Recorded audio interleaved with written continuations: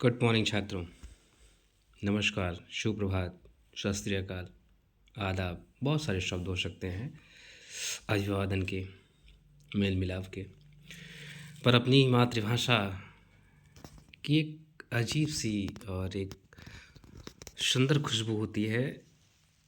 चाहे हम अपने घर में रहें, चाहे अपने बाहर रहें, प्रदेश में रहें, दूसरे प्रदेशों में रहें जहाँ हिंदी नहीं बोली जाती है, विदेश में रहें जहाँ हिंदी बहुत कम समझी जाती है, वहाँ अगर कोई हिंदी बोलता है तो हम बरबस, वो काला हो, गोरा हो, दुष्ट हो, अच्छा हो, अभद्र हो, भद्र हो, उस पर उससे बात करने का मन करता है, क्योंकि अपनी भाषा और अपनत्व का भाव आ जाता है।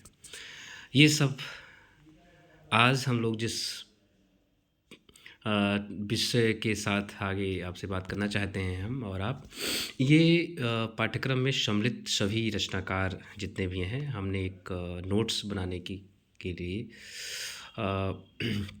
आपसे कहा भी था, और मैं आभार प्रकट करूंगा उस व्यक्ति का जिसने इस पूरे डाटा को बनाया है।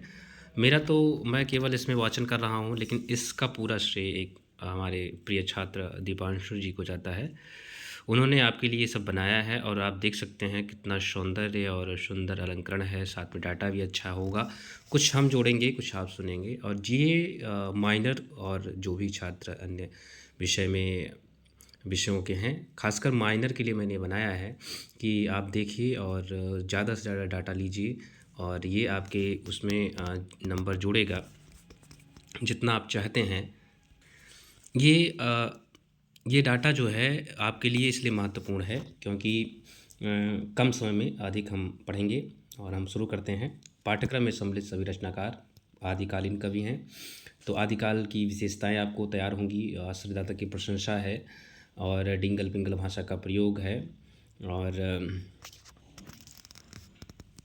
श्रृंगार और वीरपरक रचनाएं हैं, और उसमें भी लौकिक साहित्य।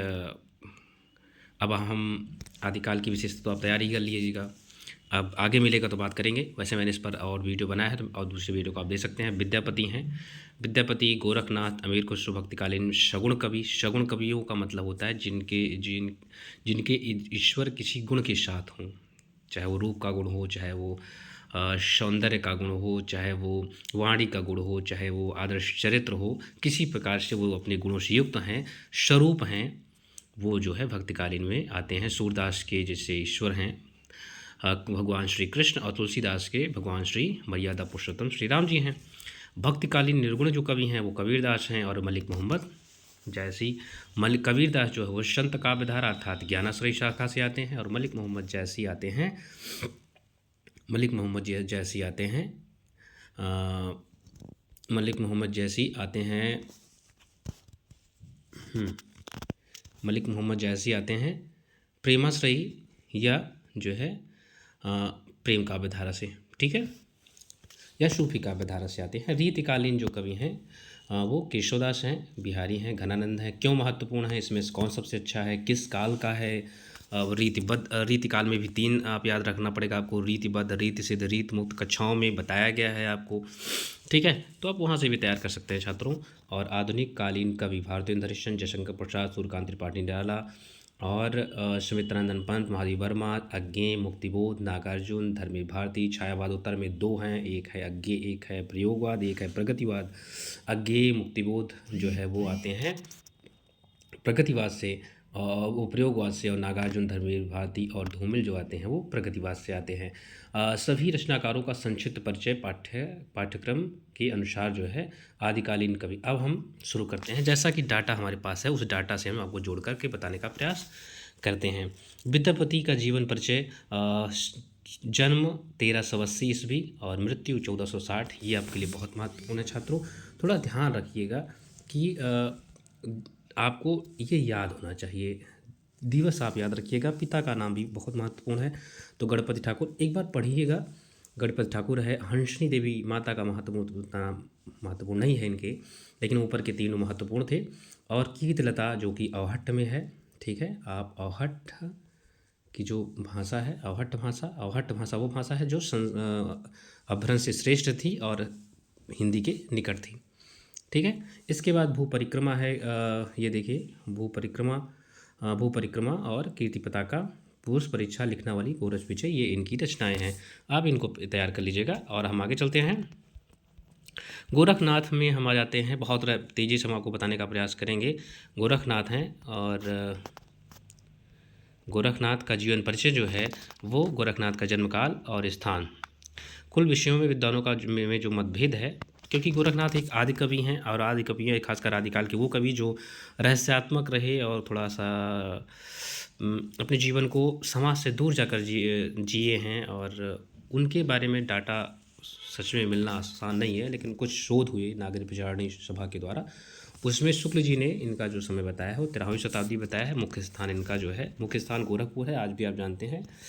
वहाँ पर उनका उनकी पूजा और उनका पूरा मठ है, और जिसमें अपने माननीय मुख्यमंत्री जी भी उसी से संबद्ध हैं, उससे जुड़े हुए हैं।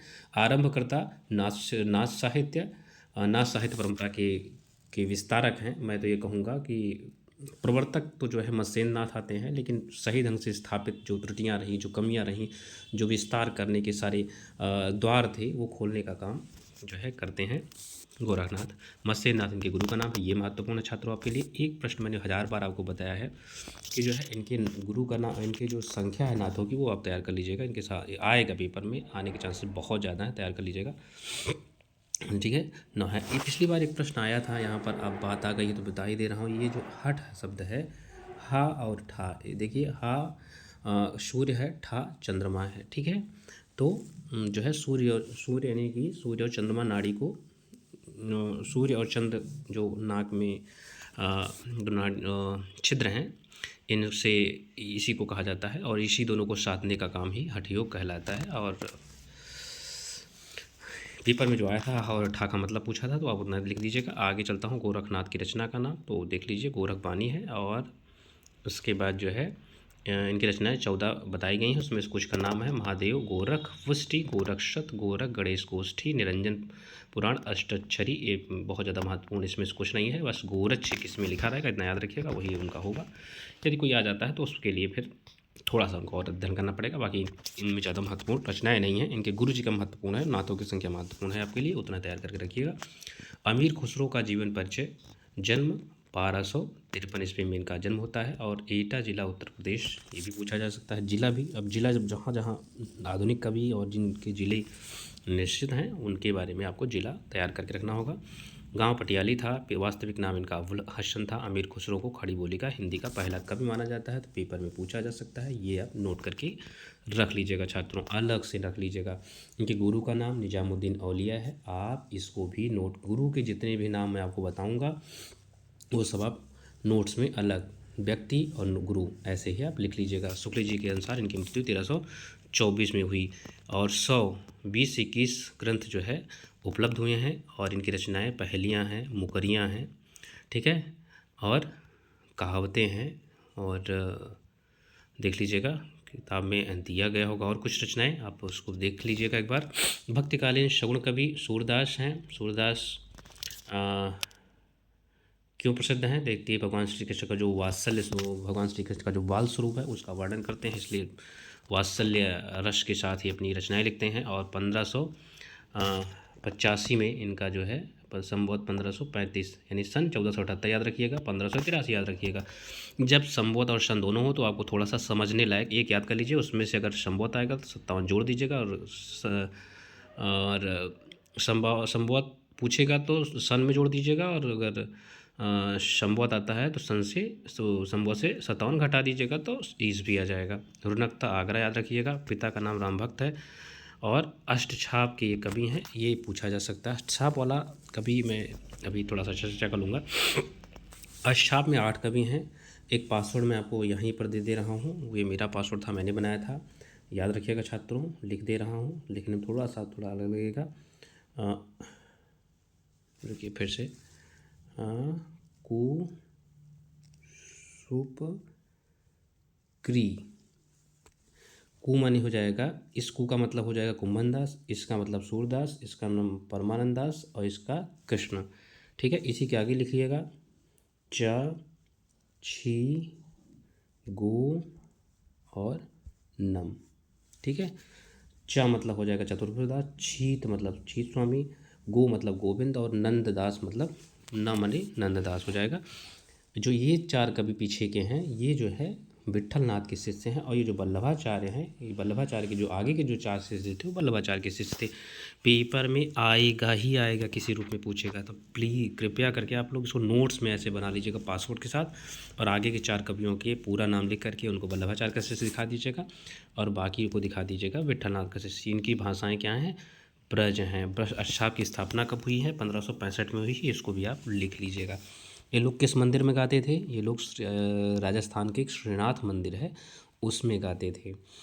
थोड़ी सी कहानी है कि जब मुग़लों का आक्रमण हुआ तो पुरी से एक जो है मूर्ति ले जाई जाती है, राजस्थान चुरा कर रख दी जाती है और वहीं पर उसकी पूजा अर्चना की जाती है और बाद में वो वहीं पर स्थापित कर दी जाती है। तो ये कहानी है, लेकिन हमें कहानियों से मतलब नहीं, लेकिन इतना याद रखिएगा श्रीनाथ मंदिर में जो है जो कीर्तन और अष्टयाम एक रचना आती है, 8 पहर में भगवान का की पूजा सेवा करना जो है वो कहलाता है। तुलसीदास। तुलसीदास राम काव्य धारा के सबसे वरिष्ठ विशिष्ट व्यक्ति हैं। तुलसीदास, राम बोला, कई नाम हैं इनके। और तुलसीदास का जन्म 1532 और मृत्यु 1623 सर्वमत है। बाकी बहुत सारे हैं कि संवत 1680 गंग के तीर, श्रावण शुक्ला सप्तमी, तुलसी तजेश्वरी। तुलसीदास का जन्म जो स्थान जो है वो शोरो, उत्तर प्रदेश, एटा में कुछ लोग मानते हैं। अलग अलग विद्वानों का है, लेकिन यहाँ पर विद्वान का नाम नहीं दिया जा रहा है क्योंकि वो आपके काम का उतना है नहीं। राजापुर बांदा सर्वमान्य है। निधन जो है 80 घाट काशी में हुआ था। माता का नाम हुलसी, पिता का नाम आत्माराम दुबे, पत्नी का नाम रत्नावली है और पुत्र का नाम तारापति है। दीक्षा गुरु नरहरिदास है। आचार्य शेष सनातन इसके दीक्षा गुरु हैं जो वाराणसी के थे। ठीक है। जिन्होंने इनको शास्त्र सिखाया, वो शास्त्र और उपनिषद वेदों का ज्ञान जिन्होंने सिखाया वो आचार्य शेष सनातन है। नरहरिदास से इन्होंने दीक्षा ली, जिनके पग पग पर चलते रहे, जिन्होंने इनको दीक्षित किया राम नाम से, वो जो है नरहरिदास हैं। ठीक है, आगे चलता हूँ। तुलसीदास की गुरु परंपरा जो है, जैसा कि इसके बारे में मैंने बहुत पहले बताया था। देखो, रामानुजाचार्य से राघवानंद आते हैं, राघवानंद से रामानंद आते हैं, रामानंद के एक शिष्य हैं, 12 शिष्यों में एक शिष्य आते हैं नरहरिदास, और नरहरिदास के शिष्य हैं तुलसीदास। आप ये देख लीजिएगा।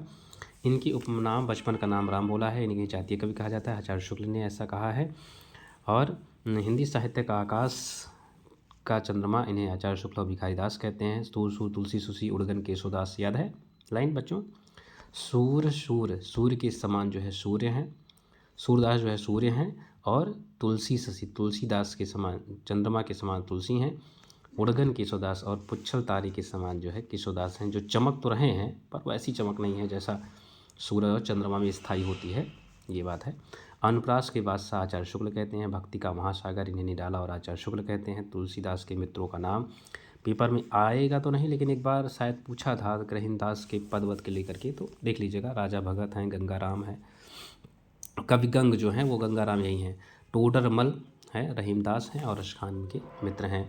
तुलसीदास की प्रमाणिक रचनाएं रामचरितमानस, राम ललन अछू, वैराग्य संदीपनी, बर रामायण, पार्वती मंगल, जानकी मंगल, रामाज्ञा, प्रश्नावली, दोहावली, कवितावली, गीतावली, कृष्ण गीतावली, अभिनय पत्रिका इनकी 12 रचनाएं हैं जो शुक्ल की जी के अनुसार हैं।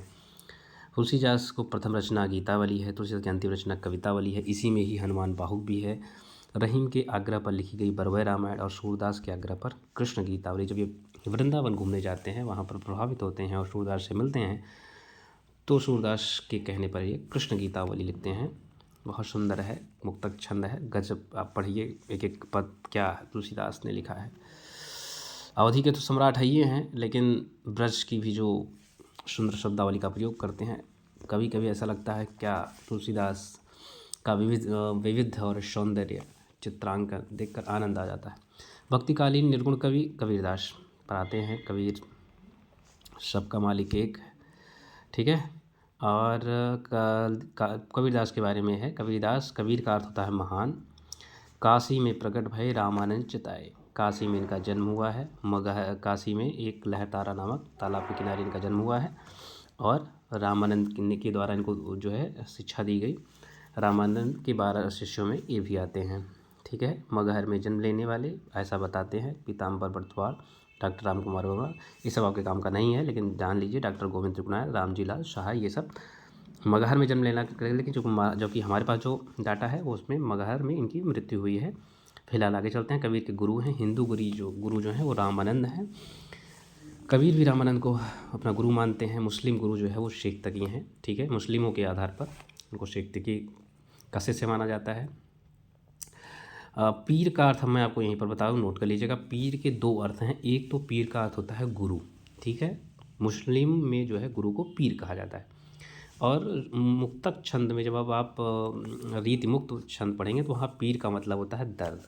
ठीक है, याद रखिएगा। जो प्रेम से दर्द उठना तो उसको पीर कहते हैं। पत्नी लोई, पुत्र कमाल, पुत्री कमाली, पत्नी रमजानिया और पुत्र निहाल, पुत्र निहाली। कुछ लोग ऐसा मानते हैं, 2 आंकड़े हैं। फिलहाल हमको लोई, कमाल, कमाली पर ध्यान रखना है। कवि की रचनाएं 63 हैं, जिसमें से 43 प्रकाशित हैं, 20 अप्रकाशित हैं। बीजक संकलनकर्ता धर्मदास ने कबीर के जो शिष्य थे, इन्होंने 14 से 64 में इसका संकलन किया था।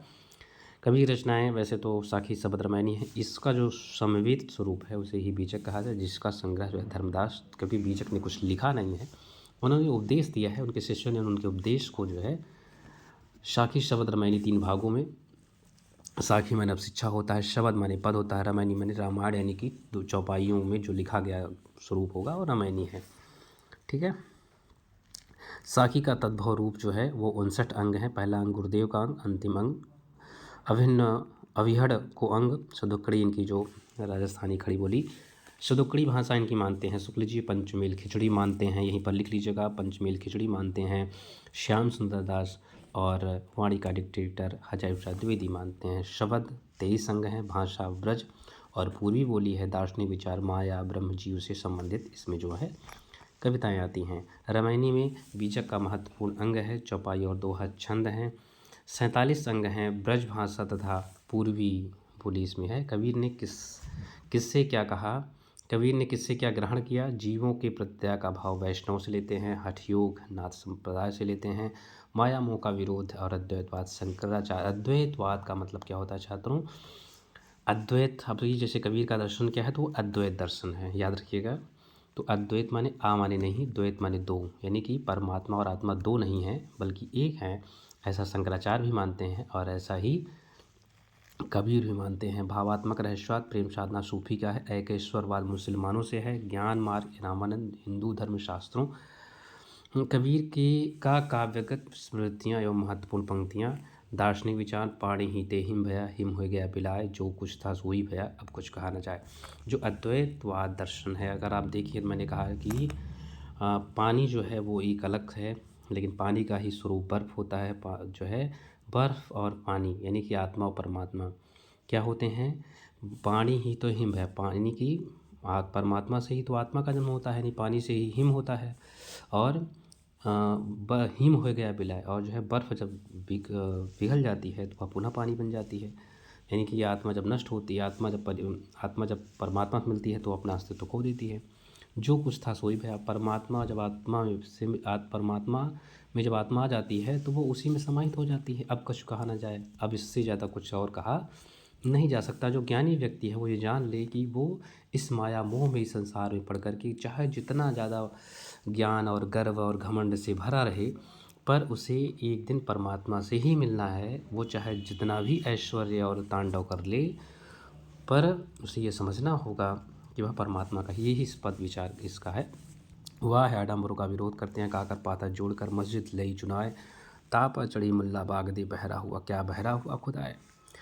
फिलहाल इसका पाथर पूजे हर मिले तो मैं पूजूं पहाड़। देखिए ये ऊपर वाला मुस्लिम के लिए है, नीचे वाला हिंदू के लिए है। तो आप ये नहीं कह सकते कि मुस्लिम विरोधी हैं या हिंदू विरोधी हैं। ये केवल उस चीज़ का विरोध करते हैं जिसमें मानवता को नष्ट किया जाता है। अगर आपके सामने कोई भूखा व्यक्ति है, अगर वो कुछ खाने को नहीं पाता और आप जो है मिष्ठान और पकवान ले जाकर भगवान को चढ़ाते हैं, तो उससे क्या भगवान खुश होगा। अगर आप किसी ऐसे भूखे व्यक्ति को और किसी ज़रूरतमंद को आप वो चीज़ देते हैं तो ज़्यादा ईश्वर का लक्ष्य तो उस जीव को संतुष्ट करना होता है, और जीव ही असंतुष्ट है, जीव ही अगर उसे दबाया जा रहा है तो फिर किसी भी प्रकार का परिश्रम करना व्यर्थ होता है। काकर पाथर जोड़ कर, कंकर पत्थरों को जोड़ करके मस्जिद लई चुनाए, मस्जिद बना लिया जाता है, और उस पर मुल्ला चढ़ के जो चिल्लाता है, बोलता है, ईश्वर का की बात, ईश्वर को बुलाता है, बहरा हुआ, क्या भगवान या जो खुदा है वह क्या बहरा हो गया है जिसको सुनाई नहीं देता? जो सच में ईश्वर है उसको चिल्ला करके उसकी इबादत ज़ोर ज़ोर से कर करके, क्या ईश्वर जिसने तुम्हें बोलना सिखाया, क्या वो सुनता ही नहीं होगा? बहुत सारे प्रश्न यहाँ पर उठते हैं कबीर की। कबीर कुछ मायनों में बहुत शानदार व्यक्ति हैं।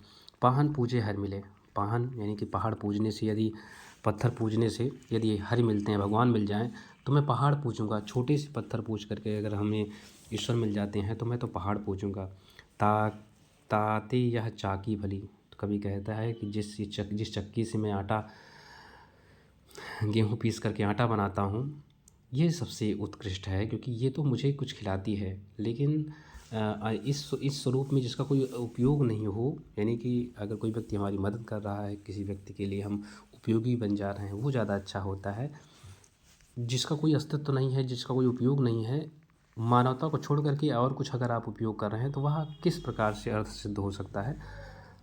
कबीर यह रेखांकित करने का प्रयास करते हैं। गुरु गोविंद दो खड़े, ये विशेषता याद रखिएगा आप, जैसे कि दार्शनिक विचार है, आडंबरों का विरोध, गुरु को विशिष्ट मानना, सदाचार की शिक्षा, ये आप देख लीजिएगा, ये इनकी विशेषताएं हैं। मलिक मोहम्मद जैसी पर हम पहुंचते हैं। मलिक मोहम्मद जैसी जो है, जैसी मलिक मोहम्मद जैसी इनका पूरा नाम है। मलिक पद का नाम है, मोहम्मद इनके जिस शैली से जीवन जीते हैं, जिस मुस्लिम शैली से जीवन जीते हैं, तो मोहम्मद हो जाएगा। और जैसी जो है वो जैस में रहते थे, इसलिए जैसी हो गए। 957 हिजरी भी याद रखिएगा छात्रों, 100% याद रखिएगा। 957 हिजरी और 1520 ईस्वी भी आप याद रखिएगा। जन्म स्थान जायस है। गुरु सैयद अशरफ हैं, इनके दो गुरु हैं, एक शेख मोइनुद्दीन भी आएगा, अगर पेपर में होगा तो भी देख लीजिएगा, और एक जो है सैयद अशरफ है। पद्मावत अखरावट आखिरी कलाम इनकी रचना है। पद्मावत में जो है रत्नसेन और पद्मावती की कहानी है, उसमें जो मैंने आपको एक दिन बताया भी होगा, पद्मावत में जो पद्मावती हैं वो भगवान का प्रतीक हैं, और जो नागमती हैं वो सांसारिक माया के प्रतीक हैं, और जो रत्नसेन हैं वो मन के प्रतीक हैं, सिंघलदीप हृदय का प्रतीक है, और अलाउद्दीन और राघव चेतन शेखन, उसमें एक शुआ जो है, हीरा मंजू, वो तोता कोई है, जो शुक है, वो प्रतीक है गुरु का। बस इतना आप याद रखिएगा, इससे ज़्यादा कुछ इसमें पूछे जाने वाला नहीं। आखिरी कलाम में ही जो है आखिरी कलाम में ही इस्लाम और क़यामत का वर्णन किया गया है, और आखरावट में जो है वर्णमाला के आधार पर इस्लाम सिद्धांतों का वर्णन किया गया है। बस इतना आप याद रखिएगा, बहुत है। रीतकालीन कवि में रीतिबद्ध, रीतिसिद्ध, रीतिमुक्त। केशवदास कैसे हैं? ऐसे ही 2-3 को याद रखना पड़ेगा। केशवदास हो गए, पद्माकर हो गए, चिंतामणि हो गए, भिखारी दास हो गए, ये सभी जो है रीतिबद्ध शाखा के कवि हैं। ठीक है छात्रों, केशवदास हैं। केशवदास के बारे में यहाँ आ जाइए। आचार्य केशवदास, जीवन परिचय, साहित्यिक परिचय, रचनाएं, भाषा शैली, आप ये देख लीजिएगा। जन्म 1555, मृत्यु सन 1617 ईस्वी में इनकी होती है, याद रखिएगा सन। निवास स्थान ओरछा के निकट कोई गांव, ओरछा समझ लीजिए, छोड़ दीजिए। और पिता पंडित काशीनाथ मिश्र, और आप ये याद, इसमें जो है ओरछा हो जाएगा। अलंकारवादी हैं, याद रखिएगा, और रीतिकालीन परंपरा के प्रवर्तक हैं, ये वाली लाइन याद रखिएगा आप। और इसके बाद इसमें कुछ याद रहे, एक रचना याद रखिएगा, रामचंद्रिका, कविप्रिया, रसिक प्रिया और वीर सिंह देवचरी, जहाँ का चंद्रिका, ये सब याद रख लीजिएगा। बस इतना ही आपके काम का है इसमें। हम थोड़ा और आगे चलते हैं। बिहारी लाल आ जाइए, बिहारी लाल में आप आ जाइए। बिहारी लाल में आपको आगे चलना पड़ेगा कि ये बिहारी लाल ये हैं, और इनके बारे में आपको याद रखना होगा। 1663 में जन्म, इनकी मृत्यु हो जाती है। 1603 याद रखिएगा। अगर आपसे क्रम पूछ लेता है तो क्रम, जैसे कि पहले कौन पैदा हुआ, तो जैसे केशवदास के बाद बिहारी आएंगे, बिहारी के बाद कौन आएगा, तो ये थोड़ा सा जीवन परिचय वाला क्रम वाला याद रखिएगा, ये सही होना चाहिए आपका। ग्वालियर में जन्म लेते हैं और बसु और गोविंद पाल इनका ग्राम का नाम है, गाँव का नाम भी पूछा जा रहा है कुछ प्रश्न। आज इनके गुरु का नाम आचार्य केशवदास है, ठीक है, और पिता केशव राय है, ये हो जाएगा। रीतिकाल के प्रमुख कवि और बिहारी सतसई इनकी जो है रचनाएं हैं। सतसई में 713 दोहे हैं, बाकी जो 6 वो 16 हैं, ठीक है छात्रों, याद रखिएगा। बस इतना ही आपके काम का है। घनानंद रीत सिद्ध शाखा के बिहारी हैं, ये भी याद रखिएगा, नोट कर लीजिएगा अलग से। घनानंद हिंदी साहित्य में किस शाखा से आते हैं? तो घनानंद आते हैं छात्रों रीति मुक्त शाखा से। रीति मुक्त में याद रखिएगा आलम, ये पेपर में आया भी है, आलम अलग से लिख लीजिएगा इसको, बोधा और एक और है ठाकुर। घनानंद, बोधा, आलम, ठाकुर, ये जो है कौन है? ये सब हैं रीति मुक्त शाखा के। इसमें आपको देख लीजिएगा, घनानंद आनंदघन नाम से इनका प्रसिद्ध है, और मोहम्मद शाह रंगीले, ये याद रखिएगा, ये आश्रयदाता वाला केशवदास का आश्रयदाता यार बिहारी का जय सिंह है, ये आप याद रखिएगा। इंद्रजीत केशवदास के हैं, और राजा जय सिंह घनानंद उसके बिहारी के हैं, और घनानंद के मोहम्मद शाह रंगीले मुंशी के पद पर काम करते थे। रीति मुक्त काव्यधारा के कवि हैं, ब्रज भाषा अच्छी है, प्रेम के यातना का कवि इनको कहा जाता है, और इनके छंदों को सुछंदों की उपमा दी गई है। 772 कविता सवैया, 1057 और इतने सारे नगेंद्र के अनुसार, वो आपके काम का नहीं है।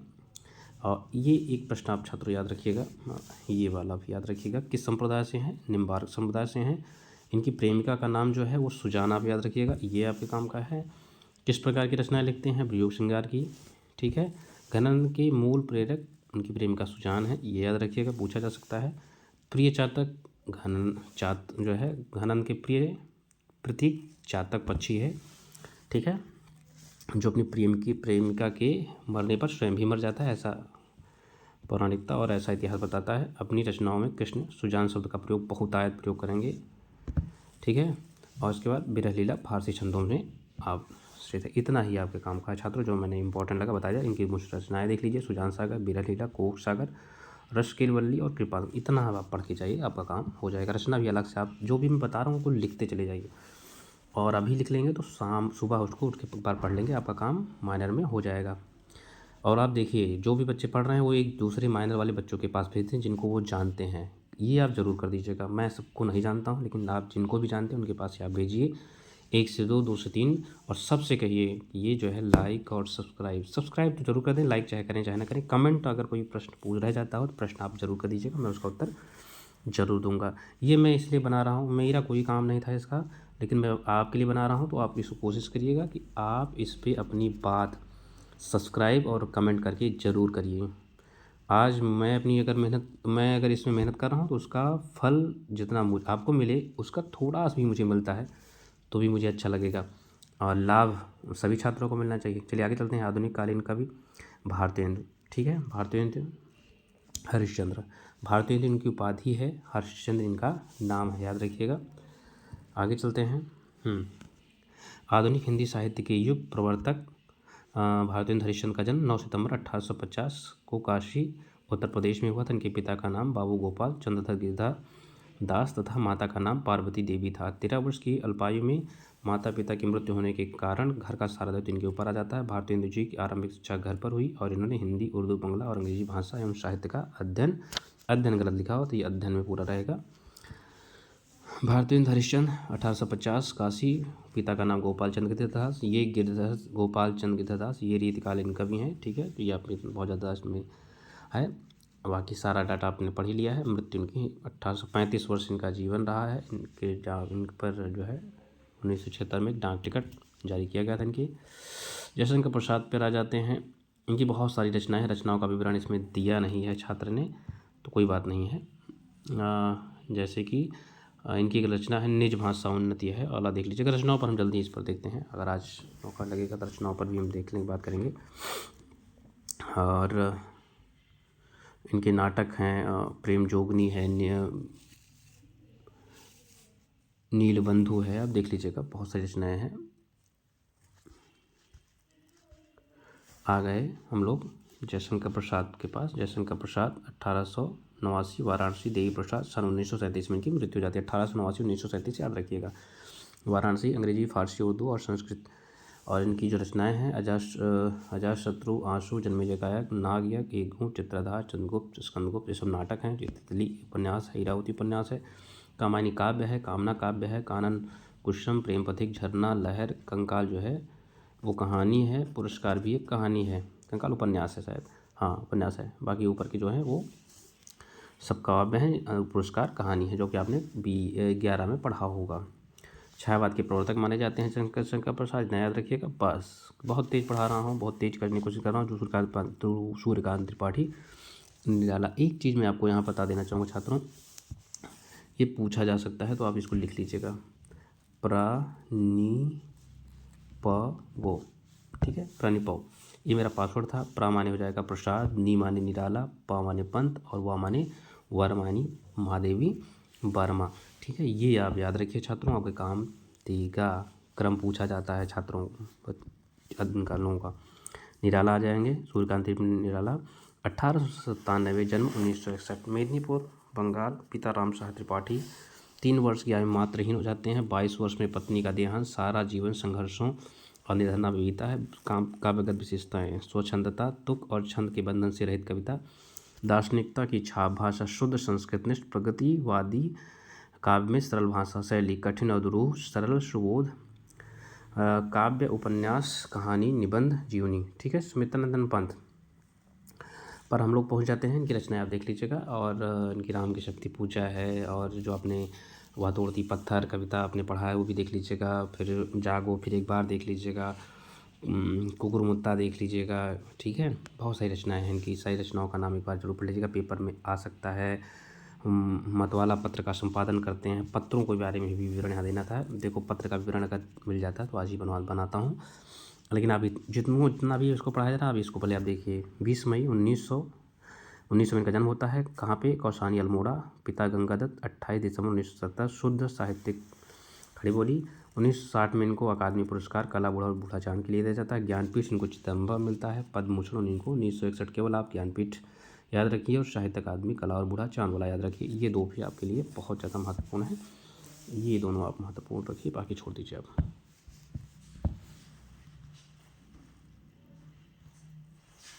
महादेव वर्मा पे हम आ जाते हैं। महादेव वर्मा जो है 1907 में इनका जन्म हो जाता है। फर्रुखाबाद उत्तर प्रदेश। श्रीमती हेमरानी श्री गोविंद साय वर्मा MA।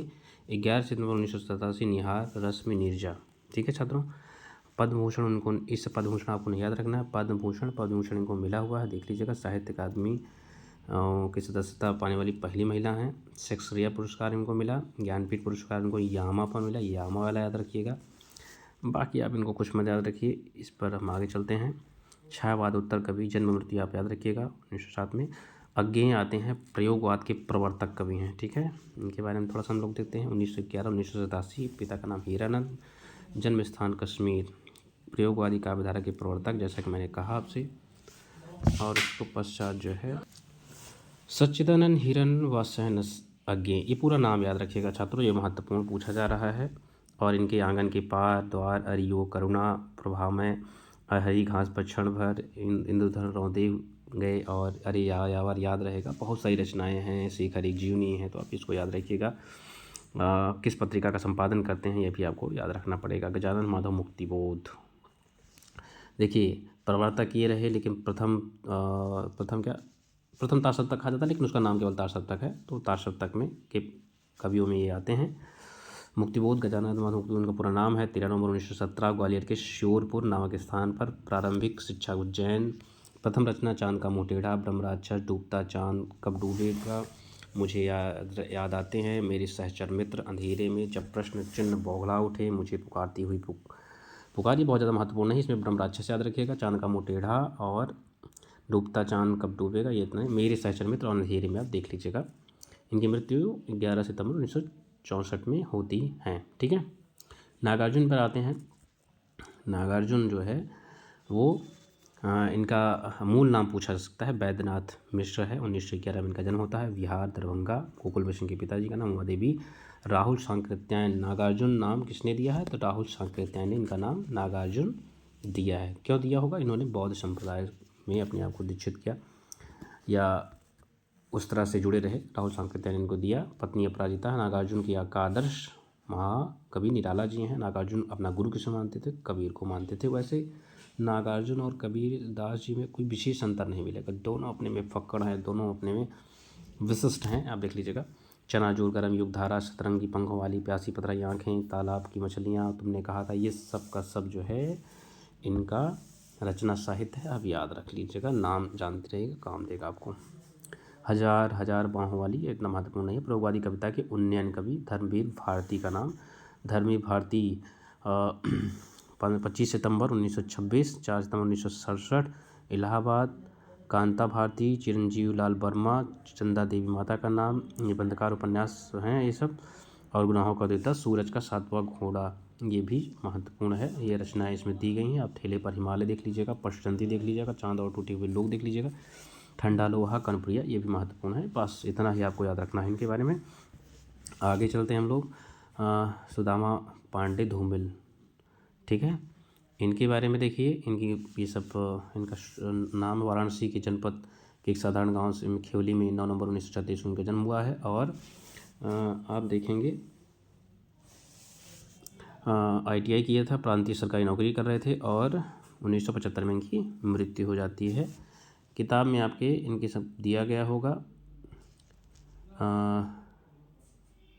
जो है समकालीन पत्र पत्रिकाओं में जो है इनकी छपती थी। और साहित्य अकादमी पुरस्कार इनको मिला था। सुदामा पांडे का प्रजातंत्र, धूमिल के मरणोपरांत दिया गया था इनको। आगे चलते हैं। ये है संसद से सड़क तक,